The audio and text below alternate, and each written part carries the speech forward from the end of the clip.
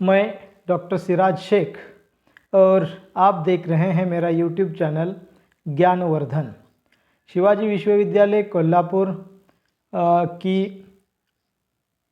विश्वविद्यालयीन परीक्षाएं अभी शुरू होने जा रही हैं 26 तारीख से, और पहला पेपर है विधा विशेष का अध्ययन। यह प्रश्न पत्र क्रमांक 12 है और इसमें एक साहित्य प्रकार का अध्ययन रखा गया है, वह है हिंदी उपन्यास। और इस उपन्यास का शीर्षक है अंतिम साक्ष्य, और इस उपन्यास की लेखिका हैं चंद्रकांता जी। चंद्रकांता जी से तो हम वाकिफ़ है, परिचित है, उनका परिचय हमने प्राप्त किया है। आज जो एक महत्वपूर्ण प्रश्न परीक्षा की दृष्टि से अत्यंत उपयोगी है, वह है अंतिम साक्ष्य उपन्यास की कथावस्तु।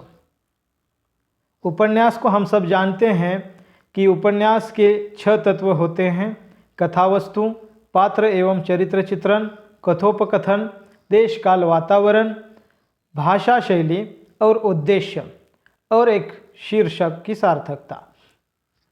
तो इस तरह से इन 6 तत्वों के दायरे में हम किसी भी उपन्यास साहित्य की समीक्षा करते हैं। जब हम किसी भी उपन्यास या कहानी के कथावस्तु से परिचित होते हैं तो लगभग संपूर्ण दायरा हम समझ जाते हैं। हमें यह ध्यान में रखना चाहिए कि इस उपन्यास की कथावस्तु क्या है, लेखिका क्या संदेश देना चाहती हैं, लेखिका का मुख्य उद्देश्य क्या है। अंतिम साक्ष्य यह उपन्यास स्त्री जीवन की सही दास्तान है। स्त्री के जीवन से, यानी जन्म से लेकर उसके अंत तक उसे कई समस्याओं का सामना करना पड़ता है, कई समस्याओं के साथ उसकी ज़िंदगी गुजरती है। और वह जिस तरह से बेजगह कविता के अंतर्गत अनामिका जी ने बताया है कि किसी स्त्री की कोई जगह नहीं होती, वह जगहें बदलती जाती हैं, उसी तरह से इस अंतिम साक्ष्य उपन्यास में भी यह जो मीना नामक चरित्र गढ़ा गया है, स्त्री चरित्र है, संपूर्ण उपन्यास उस मीना के इर्द गिर्द घूमता है। मीना इस उपन्यास की नायिका है और वह भी किस तरह से अपने जीवन के अलग अलग पड़ावों से गुजरती हैं, यह इस उपन्यास में दर्शाने का कार्य किया है। तो आइए आज की इस वीडियो में हम देखते हैं अंतिम साक्ष्य उपन्यास की कथावस्तु। कथावस्तु बहुत ही रोचक है और हमें विचार करने के लिए मजबूर कर देती हैं कि किस तरह से स्त्रियों का जीवन होता है। देखिए, उत्तर शती की प्रमुख महिला लेखिका चंद्रकांता का प्रसिद्ध उपन्यास अंतिम साक्ष्य है। यह स्त्री जीवन की सही दास्तान बताने वाला उपन्यास है। इसमें 2 मुख्य स्त्री पात्र हैं, बीजी और मीना। दोनों की घुटन भरी जिंदगी की अभिव्यक्ति इस उपन्यास में चित्रित हुई है। बीजी की घुटन अलग प्रकार की है और मीना की घुटन अलग प्रकार की है, क्योंकि बीजी विवाहिता है और मीना ठीक ढंग से विवाहिता नहीं बन पाती है, बल्कि उसके चरित्र को अगर हम देखते हैं तो वह अलग अलग पड़ावों से गुजरती है। आगे उसे हम समझेंगे। इन दोनों के अतिरिक्त आज की स्त्रियों का भी चित्रण इन दोनों के माध्यम से इस उपन्यास में व्यक्त हुआ है। इस प्रकार यह उपन्यास कई समस्याओं को साथ लेकर चलता है। हम इन समस्याओं से आज रूबरू होंगे। आइए देखते हैं इस उपन्यास की कथावस्तु। मीना 12 साल की छोटी लड़की है। बचपन से ही माता पिता उसके गुजर जाते हैं। चाचा चाची उसका पालन करते हैं। चाचा को उससे बेहद प्यार होता है, लेकिन चाची एक अलग किस्म की स्त्री होती है। जैसे आमतौर पर हम देखते हैं कि जिसकी कोई माँ नहीं होती है तो उसे किस तरह से प्रताड़ित करते हैं दूसरे लोग या दूसरी स्त्रियां। इसलिए उसकी चाची नहीं चाहती कि वह मीना उनके घर में रहे, इसलिए वह लाला, बूढ़े लाला के साथ उसकी शादी करती है। उसे अपने जवान बेटों का भी डर लगता है कि कहीं उनकी जवानी की कुदृष्टि उस मासूम बच्ची के ऊपर न पड़े। इसलिए लाला मीना को लेकर जब ये जो है दृष्टि यह लाला की है, बूढ़े लाला की, इसलिए बूढ़े लाला मीना को वापस चाचा चाची के घर पहुंचा देते हैं। वह अपने आप को एक अलग तरह से महसूस करते हैं, लेकिन चाची है कि उस बच्ची को अपने घर में लेने के लिए तैयार नहीं है। इस शर्त पर वह मीना को अपने घर में वापस लेती है कि वह बूढ़े लाला से उसका जुर्माना मांगती है। अब मीना परित्यक्ता नारी का रूप धारण कर लेती है, यानी कि उसका विवाह हो चुका है लेकिन उसे छोड़ दिया गया है। चाची दोबारा उसका विवाह अधेड़ उम्र के और आवारावृत्ति के जगन से करा देती है। जगन अच्छा लड़का नहीं है, वह एक तरह से जो गुंड वृत्ति के लोग होते हैं उस तरह का वह व्यक्ति है। जगन मीना के साथ दुर्व्यवहार करता है, पत्नी जैसा व्यवहार वह नहीं करता। अपनी हवस पूरी होने के पश्चात अपने मित्र मदन सिंह की मदद से मीना को एक कोठे के रूप पर छोड़ दिया जाता है। मीना धीरे धीरे अपने उम्र के पड़ाव बदलती रहती है। कोठी पर वह अपने आप को कोसती रहती है। सौभाग्यवश उस कोठी में मीना का संबंध एक संगीत मास्टर से आता है। संगीत मास्टर वहाँ पर संगीत का कार्य करता है। शिक्षक के सहारे वह अच्छी गायिका बनती हैं और असभ्य समाज यानी उस कोटी वाले समाज से वह दूर होने लगती हैं। वह लोकप्रिय गायिका बनती है। मीना का संबंध कैलाश नामक एक महिला से आता है। कुछ दिनों के बाद कैलाश और रमेश दोनों पति पत्नी हैं और एकदम हंसी खुशी का वातावरण उनके घर में हमेशा रहता है। कभी कभी उसकी ओर देखकर मीना को लगता है कि कितना अच्छा दाम्पत्य है। बहरहाल उस कैलाश के माध्यम से फिर से मीना का संबंध ठाकुर प्रताप सिंह के घर वालों के साथ आता है। ठाकुर प्रताप सिंह का घर एक हरा भरा घर, एक अच्छा घर, जिनके घर में उनके 2 बच्चे हैं और उनकी पत्नी जिसका नाम बीजी है। ठाकुर प्रताप का पूरे घर पर अधिकार है। अब बीजी और मीना दोनों सहेली बनती हैं। बीजी अपने दोनों बच्चों को कहती हैं कि इस मीना को आप मौसी कहिए। इस तरह से वह मीना मौसी बन जाती हैं। मीना अब बाऊजी के घर रहने लगती हैं। बाऊजी के 2 बेटे, एक का नाम विकी, दूसरे का नाम सुरेश। परिवार में घुल मिल जाने वाली मीना का धीरे धीरे ठाकुर प्रताप सिंह के प्रति आकर्षण बढ़ जाता है।